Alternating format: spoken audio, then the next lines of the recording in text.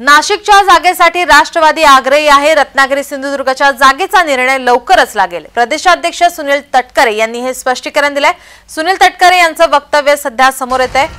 नाशिकच्या जागेसाठी राष्ट्रवादी आग्रही,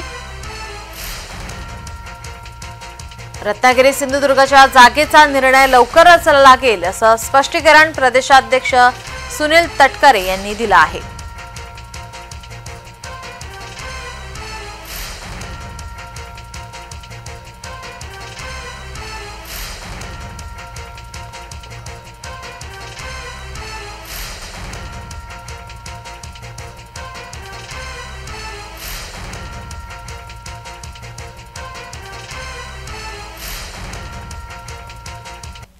नाशिक हा मला असं वाटतं 5वा टप्पा आहे, परंतु सिंधुदुर्गचा टप्पा मला असं वाटतं 3ऱ्या टप्प्यामध्ये सिंधुदुर्गचं मतदान आहे।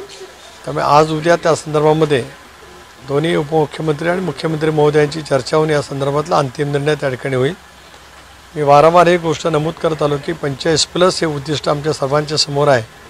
ठीक आहे, काही ठिकाणच्या 1-2 जागांच्या बाबतीमध्ये जागा वाटपाचा निर्णय घेण्यासाठी थोडासा विलंब झाला, ही वस्तुस्थिती नाकारता येत नाही, परंतु त्याही पद्धतीचा मार्ग नक्की त्या ठिकाणी होईल। नाशिक हा मला असं वाटतं 5वा टप्पा आहे, परंतु सिंधुदुर्गचा टप्पा मला असं वाटतं 3ऱ्या टप्प्यामध्ये सिंधुदुर्गचं मतदान आहे।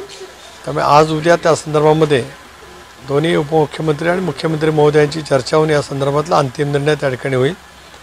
मी वारंवार ही गोष्ट नमूद करत आलो की 45+ हे उद्दिष्ट आमच्या सर्वांच्या समोर आहे। ठीक आहे, काही ठिकाणच्या 1-2 जागांच्या बाबतीमध्ये जागा वाटपाचा निर्णय घेण्यासाठी थोडासा विलंब झाला, ही वस्तुस्थिती नाकारता येत नाही, परंतु त्याही पद्धतीचा मार्ग नक्की त्या ठिकाणी होईल। सुनील तटकरे यांचं स्पष्टीकरण। मुख्यमंत्री आणि दोन्ही उपमुख्यमंत्री यावरती लवकरच निर्णय देतील। काही जागांसाठी मात्र विलंब होत आहे, मात्र लवकरच या जागेवरती निर्णय हा दिला जाईल, या ठिकाणी उमेदवार हा दिला जाईल असं स्पष्टीकरण आता सुनील तटकरे यांनी दिलंय। नाशिकच्या जागेसाठी राष्ट्रवादी आग्रही, तर रत्नागिरी सिंधुदुर्गच्या जागेचा सुद्धा तिढा अद्याप या ठिकाणी सुद्धा आता उमेदवार हा ठरलेला नाही, मात्र लवकरच या संदर्भात निर्णय देणार असल्याचं सुनील तटकरे यांनी म्हटलंय।